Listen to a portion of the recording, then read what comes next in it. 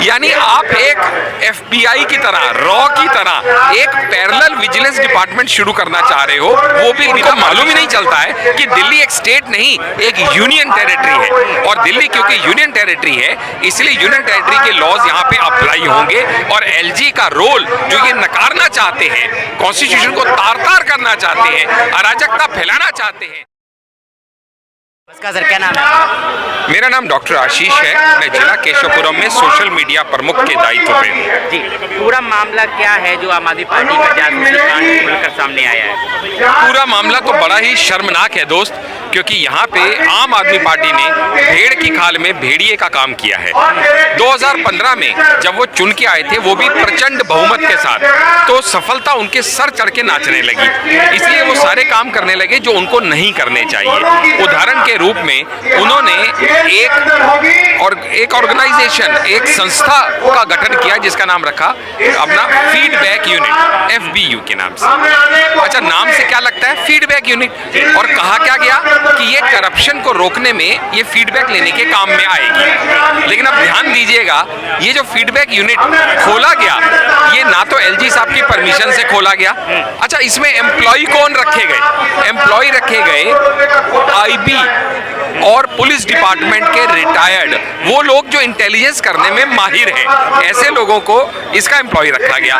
तो अब मन में बात आती है कि भाई फीडबैक लेने के लिए इतने वरिष्ठ अधिकारियों को आप क्यों रखेंगे? तो जब उसकी इन्होंने 2015 में गठन किया और 2016 में ये कार्यरत शुरू हुआ, तो इन्होंने पॉलिटिकल स्नूपिंग करनी शुरू कर दी, नजरें रखनी शुरू कर दी, कॉल रिकॉर्ड करनी शुरू कर दी। किस पे? पॉलिटिकल ओपोनेंट्स पे, कॉर्पोरेट्स पे, MLA पे, MP पे, जजेस पे, मीडिया पे। यानी और इसकी जब कंप्लेंट की गई, विजिलेंस डिपार्टमेंट के ही एक अधिकारी ने कंप्लेंट की 2017 में, तो उस समय के LG साहब ने इसके खिलाफ इन्वेस्टिगेशन का ऑर्डर दिया। CBI की प्रिलिमिनरी इन्वेस्टिगेशन शुरू हुई, इसके कामकाज को रोक दिया गया। तो इन्वेस्टिगेशन में पता चला कि जो इनिशियल अमाउंट इसको दिया गया, उसका नाम पता क्या रखा गया था? Secret service fund.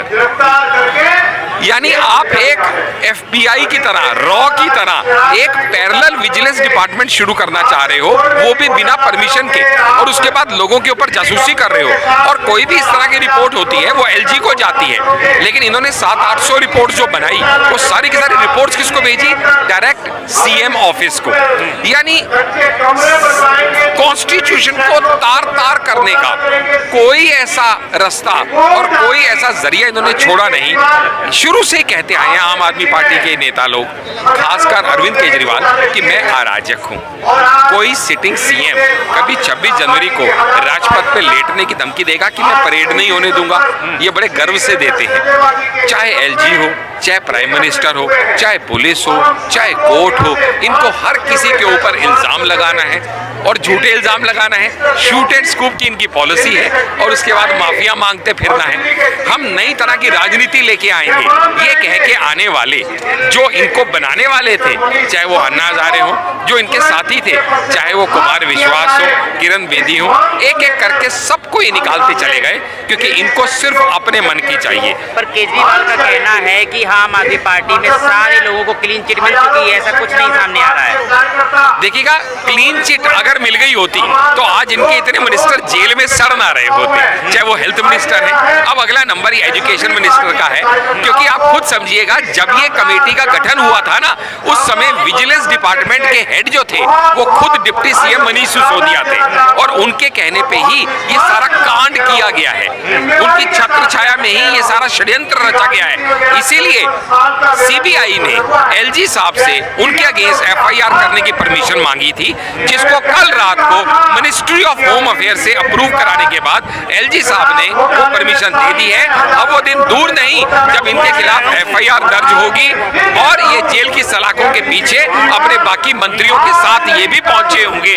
और इसीलिए इनका इस्तीफा मांगने के लिए आज हम लोग यहाँ पे भारतीय जनता पार्टी दिल्ली प्रदेश की तरफ से प्रचंड प्रदर्शन करने के लिए एकत्रित हुए हैं। कह रहे हैं बहुत अच्छा काम किया है दिल्ली पुलिस ने, लेकिन दिल्ली पुलिस जो है जिसको जिससे फायदा होने वाला है पर्दाफाश से, उसका पर्दाफाश क्यों नहीं करते? देखिए आप एक बात समझिएगा, इन लोगों को बेसिकली एक बात समझ नहीं आती है। ये चाहते हैं कि दिल्ली पूरी हमें राज्य करने के लिए दे दी जाए, चाहे वो पुलिस हो, चाहे वो कॉन्स्टिट्यूशन हो। ये संसद में अपने खड़े होके, अपने हाउस में खड़े होके कहते हैं कौन एलजी, कैसा एलजी, किसका एलजी। अरे ये भाषा शोभा देती है क्या? ये इनको मालूम ही नहीं चलता है कि दिल्ली एक स्टेट नहीं, एक यूनियन टेरिटरी है। और दिल्ली क्योंकि यूनियन टेरिटरी है, इसलिए यूनियन टेरिटरी के लॉज यहाँ पे अप्लाई होंगे।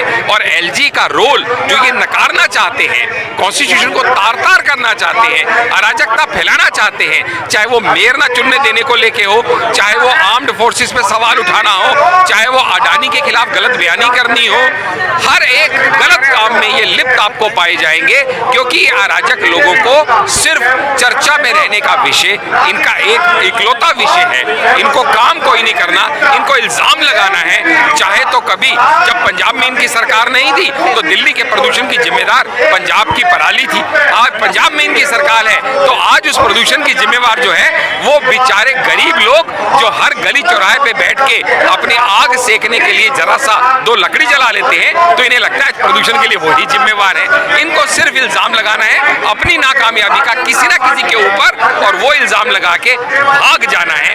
यही काम आता है अरविंद केजरीवाल और उसकी चौकड़ी को।